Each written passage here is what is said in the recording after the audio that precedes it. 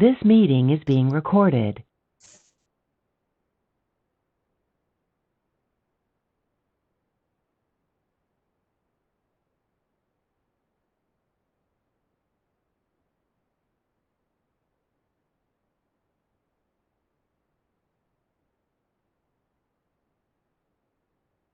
Okay. మొన్న ఎక్కడి వరకు చెప్పుకున్నాం ఐడియా ఉందా? నాకు గుర్తులేదు అసలు. మొన్న అసలు ఎక్కడ అయిపోయింది? ఇది అయిపోయిందా ఫుల్ స్లైడ్? హోల్స్బే గ్రూప్ ఒకటి EU ఒక ఆహా, బ్యాంక్ ఓకే. ఎగ్మాట్ అనుకుంటా. Egmont group, Wolfsberg group, EU money laundering directives. ఈ మనీ లాండరింగ్ ఇక్కడ వరకు అయింది. ఇక్కడ వరకు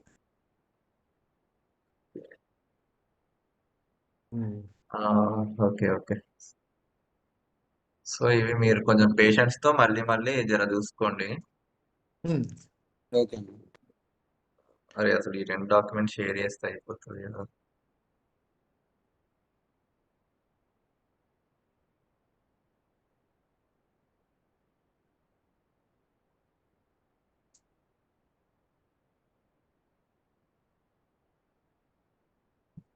ఓకే. సో ఇవాళ ఏంటి? Private banking. Okay.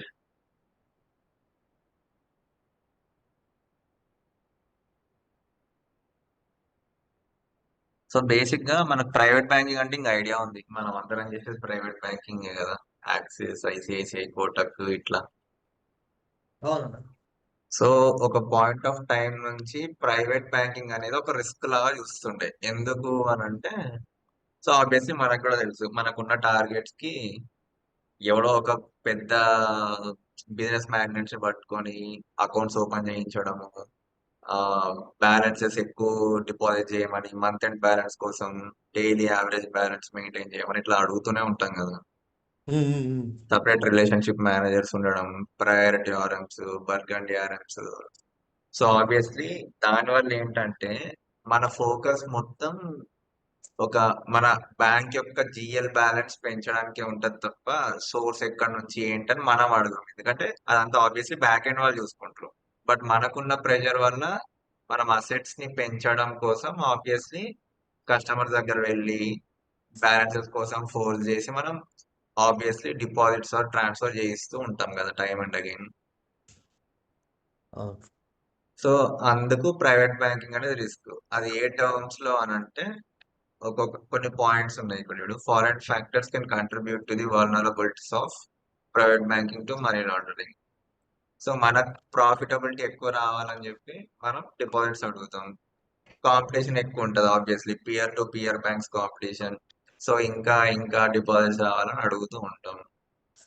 Powerful clientele అంటే ఇప్పుడు ప్రయారిటీ ఆర్ఎంస్ ఉంటారు కదా, వాళ్ళ దగ్గర ఒక మ్యాప్డ్ బుక్ ఉంటది కదా, ఐడియా ఉంది కదా. సో వాళ్ళు ఏంటంటే ఆ మ్యాప్డ్ బుక్ పైన ఖచ్చితంగా ఆ కస్టమర్స్ తో ఫోకస్ చేయడం కాకుండా, అసలు కొన్నిసార్లు ఒక పాయింట్ ఆఫ్ టైం లో సోర్స్ మీద ఫోకస్ చేయరు. ఇక్కడ high level of confidentiality. So basic ఏంటంటే ఆ రిలేషన్షిప్ మేనేజర్స్ కి, ఆ క్లయింట్స్ కి మధ్య కొంత రిలేషన్ కూడా ర్యాపో మంచిగా ఉంటది అనమాట. సో కొంత అటు ఫండ్స్ ఏంటంటే సోర్స్ అనేది ప్రాపర్ గా లేకపోయినా వీళ్ళు కూడా ఇలా ఇన్వెస్ట్ చేయండి అని చెప్పి సర్టెన్ వేస్ లో గైడ్ చేస్తారు. అది ఇల్లీగల్ ఫండ్స్ అని తెలిసినా కూడా ఒక్కొక్కసారి మ్యూచువల్ ఫండ్ లో ఇన్వెస్ట్ చేయండి అంటే ఏంటంటే ఈ ప్లేస్మెంట్ లేయరింగ్ అని ఉంటాయి కదా.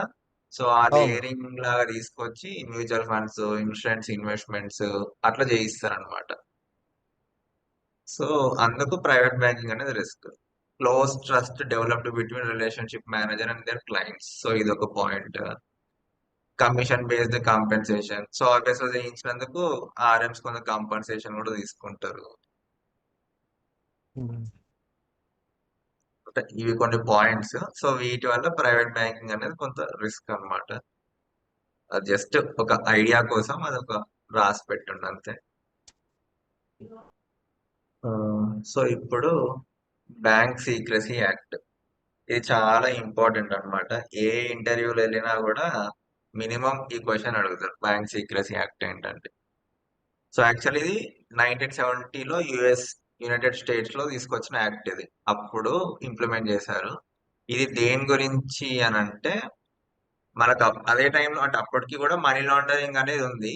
బట్ ఆ మనీ లాండరింగ్ ని కొంచెం జ్యుడిషియరీగా దానికి ఒక లేబుల్ తీసుకొచ్చి so and so money laundering జరుగుతుంది అని ఫైండ్ అవుట్ చేసి ఈ పర్టికులర్ మనీ లాండరింగ్ ని అగైన్ అంటే స్టాప్ చేయాలి అంటే ఎలాంటి రూల్స్ అండ్ రెగ్యులేషన్స్ ఇంప్లిమెంట్ చేయాలి, ఫైనాన్షియల్ ఇన్స్టిట్యూషన్స్ లో ఎలాంటి చెక్స్ ఉంటే బెటర్, ఈ మనీ లాండరింగ్ ని కొంతవరకు మనం స్టాప్ చేయొచ్చు ఆర్ ఎరాడికేట్ చేయొచ్చు అని ఈ యొక్క బ్యాంక్ సీక్రెసీ యాక్ట్ చెప్తుంది అనమాట. జస్ట్ లైన్ టు లైన్ మీరు తర్వాత చదువుకోండి. సో బేసిక్ గా మనకి ఇప్పుడు బ్యాంక్ లో ఉండే ఏ అంటే మైనర్ టు మేజర్ చెక్స్ ఏ ఉన్నా కూడా అంటే ఈ బ్యాంక్ సీక్రెసీ యాక్ట్ నుంచే స్టార్ట్ అయింది. వన్స్ ఫస్ట్ ఇది యుఎస్ లో స్టార్ట్ అయిన తర్వాత మెల్లిగా different banks, different institutions, different countries అన్ని మెల్లిగా అడాప్ట్ చేసుకోవడం స్టార్ట్ చేసినాయి అనమాట. సో క్వశ్చన్ ఇట్లా ఒకటి అడగవచ్చు, బ్యాంక్ సీక్రెసీ యాక్ట్ అంటే ఏంటి, 5 pillars of bank secrecy act అని కూడా అడుగుతారు. అంటే వీళ్ళు చాలా రూల్స్ అండ్ రెగ్యులేషన్ తీసుకొచ్చారు, మేజర్ పాయింట్స్ ఒక 5 ఉంటాయి అనమాట, వాటిని 5 పిల్లర్స్ అంటారు. సో అది బ్యాంక్ సీక్రెసీ యాక్ట్ లో మెయిన్ పాయింట్స్ అన్నమాట. ఎలా అంటే ఇప్పుడు సిస్టమ్ ఆఫ్ ఇంటర్నల్ కంట్రోల్స్, అంటే ఇప్పుడు ఒక సర్టెన్ ఆడిటింగ్ కానీ చాలా మనం ఇన్స్ట్రక్షన్స్ చాలా ఉంటాయి, అంటే కేవైసీ చెక్ చేయడము, డ్యూ డిలిజెన్స్ చేయడము, ఇలాంటి సర్టెన్ టైప్స్ ఆఫ్ మెజర్స్ తీసుకున్నాం కదా. సో అందులో ఇంపార్టెంట్ ఇంకా ఉన్నాయి కింద చూస్తా. Develop and implement compliance program. మీకు ఏమైనా కంప్లైంట్స్ ప్రోగ్రామ్ అంటే ఐడియా ఉందా?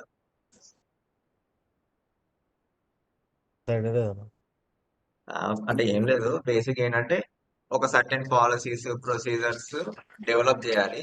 దేనికి? To prevent money laundering and other financial crimes. అంటే ఎగ్జాంపుల్ ఏంటంటే ఇప్పుడు మనం చూస్తున్న కేవైసీ చెక్స్ ఏవైతే చేస్తున్నాయో అది as a part of compliance program కదా. సో అట్లా ఒక రిస్క్ కండక్టర్ రిస్క్ అసెస్మెంట్ మనకు ఆబ్వియస్లీ తెలుసు, low risk, medium risk, high risk అని ఉంటాయి. సో ఆబ్వియస్లీ మనం ఆన్బోర్డ్ చేస్తున్న కస్టమర్ ని బట్టి మనం డ్యూ డిలిజెన్స్ అని చేస్తాము. డ్యూ డిలిజెన్స్ అంటే బేసిక్ కేవైసీ చెక్స్. సో మనం వాళ్ళ కేవైసీ మెజర్స్ తీసుకున్నప్పుడే మనకు తెలుస్తుంది ప్రొఫైల్ ని బట్టి వీడు హై రిస్కా, లో రిస్కా, మీడియం రిస్కా అని చెప్పి మనమే సెగ్రిగేట్ చేస్తాం కదా. సో అట్లా ఒక రిస్క్ అసెస్మెంట్ అనేది చేయాలి.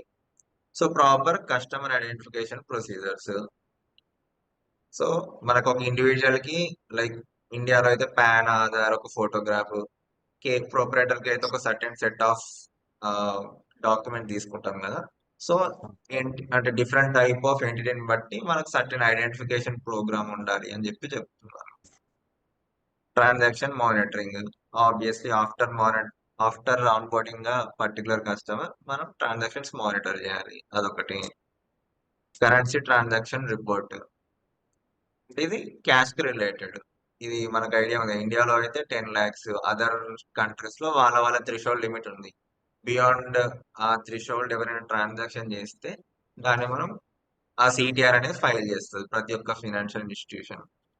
Suspicious activity report, so apart from cash ఇంకేదైనా అదర్ సస్పిషియస్ యాక్టివిటీస్ ఏదైనా జరిగితే ఆబ్వియస్లీ మనం లాస్ట్ టైం కూడా ఎగ్మార్ట్ గ్రూప్ మాట్లాడుకున్నప్పుడు ఫైనాన్షియల్ ఇంటెలిజెన్స్ యూనిట్ కి రిపోర్ట్ చేస్తాము అని చెప్పాం కదా. సో ఏం అలాగే ఎవరైనా ఫైనాన్షియల్ ఇన్స్టిట్యూషన్ ఒక యాక్టివిటీకి సస్పిషియస్ అని ఫైండ్ అవుట్ చేసినప్పుడు ఎస్ఏఆర్ అనేది ఫైల్ చేయాలి, అదొకటి.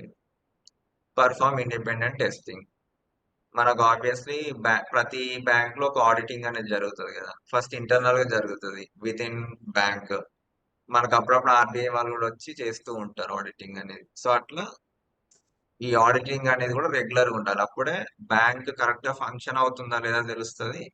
ప్లస్ ఫంక్షన్ ఆడిట్ జరుగుతుంది కాబట్టి ఆబ్వియస్లీ మనం ప్రతిదీ పర్ఫెక్ట్ ఉండడానికి చూసుకుంటాం కదా. సో అందుకట్లా ఇండిపెండెంట్ టెస్టింగ్ అనేది చూసుకోవాలి అని చెప్తున్నారు. నెక్స్ట్ కీపింగ్ రికార్డ్స్, మనం like end of the day vouchers కడుతూ ఉంటారు కదా బ్యాంక్ స్టాఫ్ వీళ్ళు. సో అట్లా ఏ ఫైనాన్షియల్ ట్రాన్సాక్షన్ జరిగినా కూడా ఒక రికార్డ్ అనేది మెయింటైన్ చేయాలి, అది క్యాష్ అయినా, నెఫ్ట్ అయినా, ఆర్టీజీఎస్ అయినా, ఒక మల్టీ కరెన్సీ కార్డ్ లోడింగ్ అయినా, ఒక ఇంటర్నేషనల్ వైర్ ట్రాన్స్ఫర్ అయినా.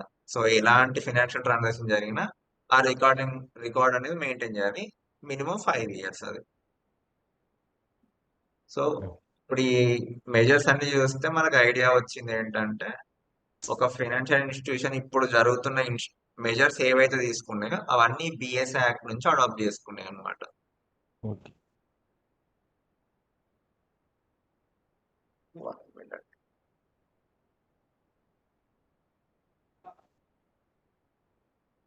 సో అది బ్యాంక్ సీక్రెసీ యాక్ట్ యుఎస్ లో 1970లో స్టార్ట్ అయింది. ఇది 1970. ఖచ్చితంగా ఇంటర్వ్యూలో అడుగుతారు అనమాట. ఓకే. నేను యాక్చువల్లీ ఇంకొన్ని పాయింట్స్ యాడ్ చేయాలి, ఒక్క నిమిషం. మొన్న ఆఫీస్ లో కూడా కొన్ని ఫోటోలు తీసి ఉండే, ఉందా లేదా వస్తుంది.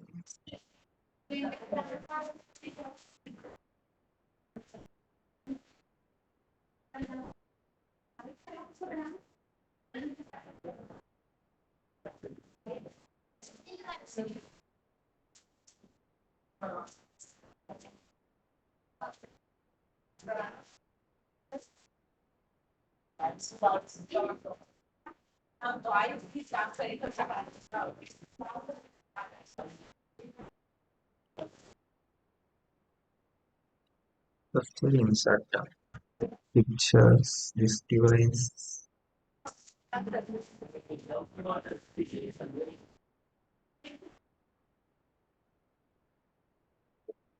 ఇప్పుడు ఇమేజ్ ఎక్కడ ఉన్నట్టు?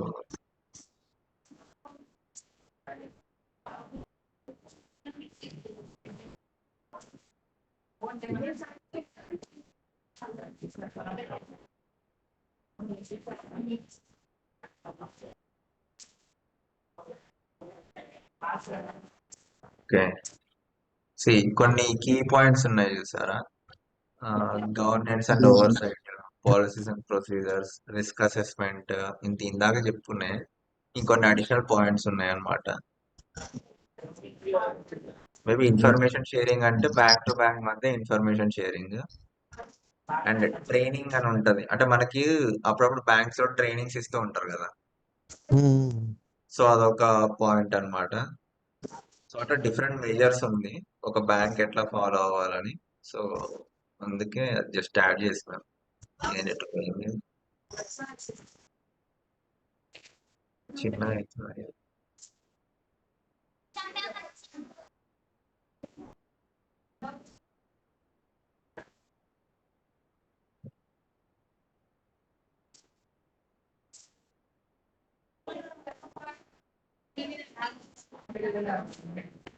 ఎవరి చుట్టూనో కొంచెం డిస్టర్బెన్స్ వస్తుంది, ఎవరి దగ్గర నుంచి?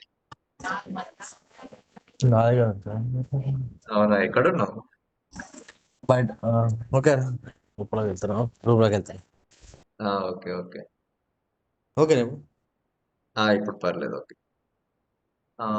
ఓకే, సో ఫస్ట్ వచ్చేసి అది డిఎస్ఏ యాక్ట్. ఇంకొన్ని యాక్చువల్ గా ఇమేజెస్ ఉన్నాయి, నేను మర్చిపోయిన యాడ్ చేయడం. దానికి కొంచెం క్లియర్ ఉంటుంది, అది మధ్యలో యాడ్ చేస్తా, మీరు రివైజ్ చేసుకున్నప్పుడు మీకు అర్థం అవుతుంది. ఓకే. సో ఇంకొకటి యుఎస్ఏ ప్యాట్రియాట్ యాక్ట్ అంటారు. అదేంటంటే uniting and strengthening America by providing appropriate tools required to intercept and abstract terrorism act 2001. So 1970లో బిఎస్ఏ యాక్ట్ వచ్చింది కదా, ఈ 2001లో ఈ ప్యాట్రియాట్ యాక్ట్ అని తీసుకొచ్చారు. ఇది ఎప్పుడు జరిగిందంటే మనకు ఆ ట్విన్ టవర్ అటాక్ జరిగింది కదా, సో ఆ టైంలో టెర్రరిస్ట్ అటాక్ చేశారు. సో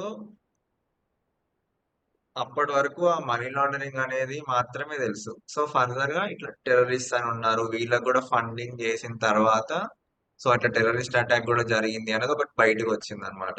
సో అప్పటి నుంచి టెర్రరిస్ట్ ఫైనాన్సింగ్ అనే వర్డ్ కూడా మనకి ఏఎంఎల్ డొమైన్ లో ఎక్కువ వినిపిస్తుండే. సో టెర్రరిస్ట్ ఫైనాన్సింగ్ కూడా ఒక క్రైమ్ అని ఆబ్వియస్లీ ఎఫ్ఏటిఎఫ్ రికమెండేషన్స్ లో కూడా ఉంది కదా. సో అప్పుడే యుఎస్ఏ ప్యాట్రియాట్ యాక్ట్ తీసుకొచ్చి స్పెషల్ గా టెర్రరిస్ట్ ఫైనాన్సింగ్ రిలేటెడ్ మెజర్స్ తీసుకున్నారు. సో ఈ టెర్రరిస్ట్ అటాక్ ఎట్లా జరిగినాయి అంటే కొంత నేను చదివండే, లైక్ ఈ మల్టీ కరెన్సీ కార్డ్స్ ఉంటాయి కదా, మనము టెర్రరిస్ట్ ఫైనాన్సింగ్ అప్పుడు మనీ లాండరింగ్ కి స్టేజెస్ ఉన్నట్టు టెర్రరిస్ట్ ఫైనాన్సింగ్ కూడా ఒక 4 స్టేజెస్ ఉండే. సో దాంట్లో స్టెప్ బై స్టెప్ వాళ్ళ ఫండింగ్ తీసుకొచ్చి ఒక్కొక్కరు ఒక్కొక్క స్టేజ్ లో ట్రైనింగ్ అని ఫుడ్ అని ఇట్లా యూజ్ చేసుకుంటారు కదా. సో అట్లా ఆ కరెన్సీ కార్డ్స్ లో లోడ్ చేసుకొని వేరే వేరే కంట్రీస్ లో అక్కడ నుంచి ఇక్కడ తీసుకొచ్చుకొని యుఎస్ఏ లో విత్డ్రా చేసుకున్నారు అనమాట ఏటీఎంస్ లో. So okay. Plus correspondent banking relationship అని మనం వోల్స్బర్గ్ గ్రూప్ నుంచి విన్నాం కదా. అంటే అవును. ఆ, ఒక బ్యాంక్ ఇంకొక కంట్రీలో ప్రజెన్స్ ఏం లేకున్నా మనం ఆ కరస్పాండెంట్ బ్యాంకింగ్ రిలేషన్షిప్ యూజ్ చేసుకొని సర్వీసెస్ ప్రొవైడ్ చేస్తాం కదా. అవును. సో అట్లా యూజ్ చేసుకొని కూడా కరస్పాండెంట్ బ్యాంక్ అకౌంట్ హోల్డర్స్ కొంత మనీ అనేది టెర్రరిస్టులకు ఫైనాన్స్ చేశారు అనమాట. అంటే ఇన్వెస్టిగేషన్ ఆఫ్టర్ ఇన్వెస్టిగేషన్ అది తెలిసింది. సో అప్పటి నుంచి ఏంటంటే ఈ పేట్రియాట్ యాక్ట్ వచ్చిన తర్వాత కరస్పాండెంట్ బ్యాంకింగ్ మీద ఎక్కువ ఫోకస్ పెరిగింది. అంటే కరస్పాండెంట్ బ్యాంకింగ్ దగ్గర మెజర్స్ ఎక్కువ తీసుకున్నారు అనమాట. సో ఇది 2001 నుంచి ఇంప్లిమెంట్ అయింది. ఆ, ఇప్పుడు కొన్ని పర్పస్ చూస్తే, సో ఆబ్వియస్లీ ఈ ప్రోగ్రామ్ వల్ల ఏంటి, strength USA measures to prevent, detect and prosecute international money laundering and terrorist financing. ఇంకా foreign, okay, to subject to special scrutiny foreign jurisdictions, foreign financial institutions and classes of international transactions or types of account that are susceptible to criminal abuse. Basic గా foreign financial institutions కూడా, అంటే correspondent bank ఒకటి, other foreign financial institutions అంటే correspondent banking relationship different, normal correspondent bank account different అని చెప్పా కదా. ఈ వీటి మీద కూడా ఫోకస్ పెరిగింది అనమాట. ఈ పేట్రియాట్ యాక్ట్ ఇంట్రడ్యూస్ చేసిన తర్వాత వాళ్ళ మెజర్స్ అని ఎక్కువ తీసుకున్నారు. సో అట్లా బేసిక్ గా ఈ మొత్తం చూసుకుంటే correspondent banking, private bank accounts, foreign financial institutions మీద ఎక్కువ ఫోకస్ పెరిగింది అనమాట. So okay. అది ఆ పేట్రియాట్ యాక్ట్ వచ్చిన తర్వాత తీసుకున్న మెజర్స్ అన్ని related to correspondent banking. So కొంచెం మీకు ఏమైనా పేషెన్స్ ఉంటే ఈ సెక్షన్స్ ఉన్నాయి దీంట్లో, ఈ సెక్షన్స్ అన్ని చదవండి. అంటే సేమ్ ఉన్నిందే ఉంటది, కాకపోతే ఏంటంటే కొంచెం ఎక్కువ చదవడం వల్ల మీకు ఎక్కువ ఐడియా ఉంటది, అంతే, ఏం లేదు. సరే. సో అప్పటి వరకు కూడా ఫారెన్ అంటే ఫినాన్షియల్ ఇన్స్టిట్యూషన్స్ ఫైల్ చేయడం అనేది ఉండే. ఆ తర్వాత ఏంటి, reporting of suspicious activities by security brokers, అంటే మ్యూచువల్ ఫండ్స్ ఉంటారు కదా వాళ్ళు. సో అట్లా ఇప్పుడు ఏంటంటే ప్రతి ఫినాన్షియల్ ఇన్స్టిట్యూషన్ ఫైల్ చేయాలి, ఇంతకు ముందు అలా లేదనమాట. సో జరుగుతున్న ఇన్స్టాన్షన్స్ బట్టి వీళ్ళు కొన్ని డెవలప్మెంట్ చేస్తూ, సో ఏ చెక్స్ అయినా ప్రతి ఫినాన్షియల్ ఇన్స్టిట్యూషన్ ఫాలో అవ్వాలని చెప్పి తీసుకొచ్చారనమాట లాస్ట్ లో. సో అది యుఎస్ఏ పేట్రియాట్ యాక్ట్ గురించి. Next, financial crimes enforcement network. So అన్ని ఎఫ్ఐఓస్ ఉంటాయి కదా, ఇండియా ఎఫ్ఐయు, ఆస్ట్రేలియా ఎఫ్ఐ ఏమో ఆస్ట్రాక్ అంటారు. సో అలాగే యుఎస్ఏ ఎఫ్ఐ వచ్చేసి ఫిన్సెన్ అని వీళ్ళు పెట్టుకున్నారు నేమ్. సో ఎవ్రీ ఎఫ్ఐ ఎలా ఫంక్షన్ అవుతుందో ఫిన్సెన్ కూడా అలాగే ఫంక్షన్ అవుతుంది. జస్ట్ ఏంటంటే యుఎస్ఏ అనేది ఒక లీడింగ్ కంట్రీ కాబట్టి దాని గురించి జస్ట్ తెలుసుకోవడం కోసం ఫిన్సెన్ అని రాసుండే. ప్లస్ ఎక్కువ దీని గురించి జస్ట్ చెప్పాలి అని అంటే, ఫిన్సెన్ సిడిడి రూల్ అని ఒకటి ఉంటది. అంటే మనము ఒక KYC, I mean customer onboard చేసేటప్పుడు ఒక కేవైసీ చెక్స్ అనేది మినిమం ఏముంటది అనేది ఈ ఫిన్సెన్ సిడిడి రూల్ నుంచి అడాప్ట్ చేసుకున్నారు. సో ఈ సిడి రూల్ ఏంటంటే జస్ట్ 4 పాయింట్స్ ఉంటాయి. ఆబ్వియస్లీ ఏ కస్టమర్ ఆన్బోర్డ్ చేసుకున్నప్పుడైనా మనం కస్టమర్ ని ఐడెంటిఫై చేస్తాము, వెరిఫై చేస్తాము. ఇది ఇండివిజువల్ కస్టమర్స్ కి. అట్ ద సేమ్ టైం ఒక ఎంటిటీ ఆన్బోర్డ్ చేసినప్పుడు బెనిఫిషియల్ ఓనర్స్ ఎవరు ఏంటనేది ఐడెంటిఫై చేస్తాము. అండ్ ఇంకొక ఏ కస్టమర్ అయినా వాళ్ళ నేచర్ ఆఫ్ బిజినెస్ ఏంటి, purpose of relationship with the bank, అది తెలుసుకుంటాం. At the same time risk assessment చేసి రిస్క్ ప్రొఫైలింగ్ అనేది చేస్తాం. వన్స్ ఆన్ బోర్డ్ అయిన తర్వాత ఆబ్వియస్లీ రీకేవైసీ ఉంటది. అంటే బేస్డ్ ఆన్ రిస్క్ అసెస్మెంట్, అంటే based on the risk of the particular customer మనం 1 year కో 2 year కో 3 year కో ఎప్పటికప్పుడు రీకేవైసీ చేస్తాము. అలాగే ట్రాన్సాక్షన్స్ కూడా మానిటర్ చేస్తాం. సో ఈ 4 బేసిక్స్ రూల్స్ ఫాలో అవుతే ఒక ఫైనాన్షియల్ ఇన్స్టిట్యూషన్ అనేది money laundering or terrorist financing ని కొంతవరకు తగ్గించవచ్చు అనేది చెప్పింది అనమాట. సో దీన్ని బేస్ చేసుకొని ఇంకా డిఫరెంట్ డిఫరెంట్ కేవైసీ మెజర్స్ మనం డెవలప్ చేసుకున్నాం ఫర్దర్ గా.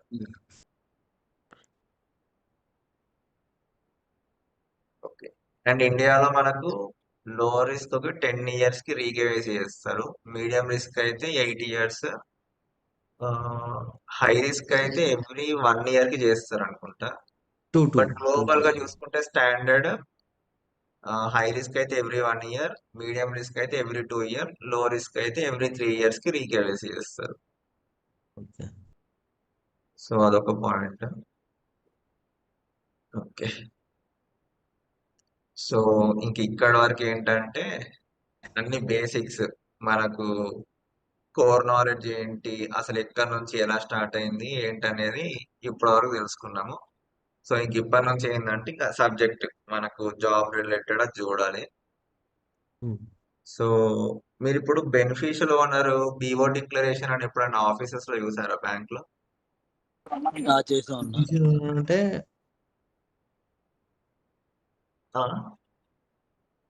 ఆ, ఇప్పుడు పార్ట్నర్షిప్ లో కానీ లేదంటే ఎవరైనా పెద్ద కంపెనీస్ లో కానీ బెనిఫిషియల్ ఓనర్ అంటే షేర్ ఎక్కువ ఉన్న వాళ్ళని ఒక అవునవును. సేల్ డీడ్ ఎలానో ఒక బెనిఫిషియరీ డీడ్ అని ఒకటి ఓపెన్ చేసుకొని పార్ట్నర్షిప్ డీడ్ చేసి దాంట్లో ఎవరికి ఎంత షేర్ అనేది చేసి పంపించేదే beneficial owner.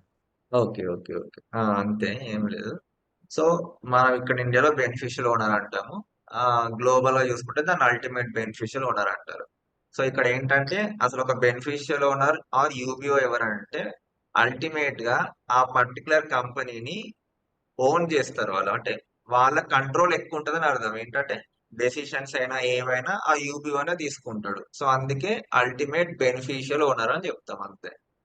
Okay. So definition ఏంటంటే UBO is a person or people who ultimately own or control a company or the individual on whose behalf ఇది అవసరం లేదు, just own or control a company. So అతన్ని UBO అంటాం. UBO is the person who benefits the most from a companies gain such as profit from a successful deal. So obviously వాడు UBO కాబట్టి ఒకవేళ వాడు ఒక కంపెనీ ఎస్టాబ్లిష్ చేసినప్పుడు వాడే majority of the capital ఇచ్చి ఉంటాడు. లేదా షేర్స్ లో చూసుకుంటే మెజారిటీ ఆఫ్ ద షేర్స్ వాడికే ఉంటాయి. Otherwise majority of the profits కూడా వాడికే ఉంటాయి. సో ఇక్కడ యూబిఓ ఏంటంటే ఒక లో రిస్క్ మీడియం రిస్క్ ప్రొఫైల్ ఉన్నప్పుడు 25% and above profits or capital or shares ఎవరికైతే ఉంటావో వాళ్ళని యూబిఓ అంటాం. బట్ ఎప్పుడైతే మనకు హై రిస్క్ అని రిస్క్ అసెస్మెంట్ చేసినప్పుడు వచ్చిందో 10% అండ్ అబోవ్ ఉన్నా కూడా వాళ్ళని యూబిఓగా తీసుకోవాలి. ఎందుకంటే రిస్క్ ఎక్కువ ఉంది కాబట్టి ఎవరికైనా అంటే 10% అబోవ్ ప్రాఫిట్స్, షేర్స్, క్యాపిటల్ ఎవరికి ఉన్నా కూడా వాళ్ళని హై రిస్క్ యూబిఓగా డిక్లేర్ చేస్తాం 10% అండ్ అబోవ్ ఉన్నా కూడా. సో ఇప్పుడు UBOs can be natural or legal persons. ఇక్కడ ఇక్కడ ఈ యొక్క డెఫినేషన్ ఏంటంటే లీగల్ పర్సన్ అన్నా కూడా న్యాచురల్ పర్సన్ అని అర్థం. జస్ట్ ఎఫ్ఏటిఎఫ్ మీరు రికమెండేషన్ 25 చూసుకోండి, ఇక్కడ అర్థం. దాంట్లో జస్ట్ ఒక ఇండివిజువల్ ని లీగల్ పర్సన్ అని చెప్పి నేను చేస్తారు, అంతే. కన్ఫ్యూజ్ అవ్వకుండా జస్ట్. సో మనకున్న వెరైటీస్ ఏముంటాయి? Sole proprietor, partnership, trust, private, ఇట్లా చాలా ఉంటాయి కదా. సో జస్ట్ అట్లా రాస్తున్నా. They can have a direct or indirect interest in a company such as through share ownership, voting rights, control over the trust assets. ఇంకా so ఒకవేళ ఒక proprietorship firm అనుకో, ఆబ్వియస్లీ డైరెక్ట్ ఓనర్షిప్ ఏ ఉంటది అనమాట. అంటే 100% ownership ఉంటది కదా ప్రొప్రైటర్షిప్ అంటే, ఆబ్వియస్లీ. సో అట్లా వాడిని ఒక్కరే ఉంటారు కాబట్టి 100% ఓనర్షిప్ తో యూబిఓ అంటాం. ఒక పార్ట్నర్షిప్ ఫర్మ్ అనుకో, ఐదర్ 50-50 ఉండొచ్చు, 10-90 ఉండొచ్చు, 25-75 ఉండొచ్చు. సో ఆ కేసులో ఇద్దరిని ఓనర్షిప్ బేసిస్ మీద ఐడెంటిఫై చేయొచ్చు. బట్ ఓటింగ్ రైట్స్ ఎక్కడ వస్తాయి అని అంటే ఫౌండేషన్స్, అసోసియేషన్ టైంలో ఓటింగ్ రైట్స్ అనేది తీసుకొస్తారు. ఎందుకనంటే ఒక కంపెనీ అని అంటే వాళ్ళ పర్సనల్ బెనిఫిట్ కోసం ఎస్టాబ్లిష్ చేస్తారు. ఐదర్ ఒకరైనా ఇద్దరైనా. ఒక ప్రైవేట్ లిమిటెడ్ అయితే ఇండియాలో మినిమం ఇద్దరు ఉండాలి అని అంటారు యాక్చువల్ గా. బట్ ఫారిన్ కంట్రీస్ లో 1 ఇండివిజువల్ కూడా ఒక ప్రైవేట్ లిమిటెడ్ ఎంటిటీని ఫామ్ చేయొచ్చు. It depends. బట్ ఎప్పుడైనా యూబీఓ అనే టైంలో అన్నప్పుడు ప్రతిసారి ఇండివిజువల్ ఉంటాడు. ఒక కంపెనీ అనేది యూబీఓ ఉండదు. అదొక కేసు. ప్లస్ ఈ private limited, partnership, proprietor, public limited ఇవన్నీ ఏంటంటే ఓనర్షిప్ బేసిస్ మీదనే యూబీఓ ఉంటాడు ఎప్పుడైనా కూడా. అది ఎట్లా ప్రాఫిట్ అయినా, షేర్ అయినా, క్యాపిటల్ అయినా.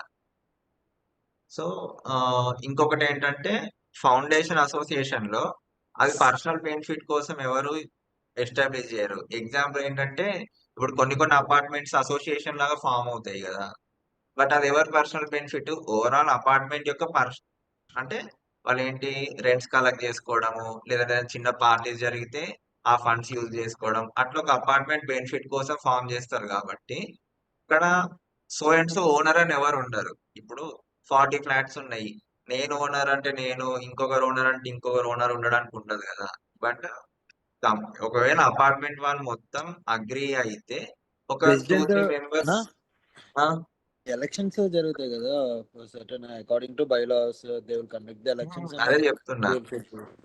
అదే ఇప్పుడు వాళ్ళందరూ అగ్రి చేస్తే ఒక 2, 3 ఇండివిజువల్స్ ని సో అండ్ సో ప్రెసిడెంట్ అని, ఛాన్సలర్ అని ఇట్లా నేమ్ ప్రెసిడెంట్, చేస్తారు. జనరల్ సెక్రటరీ ఇట్లా. General secretary.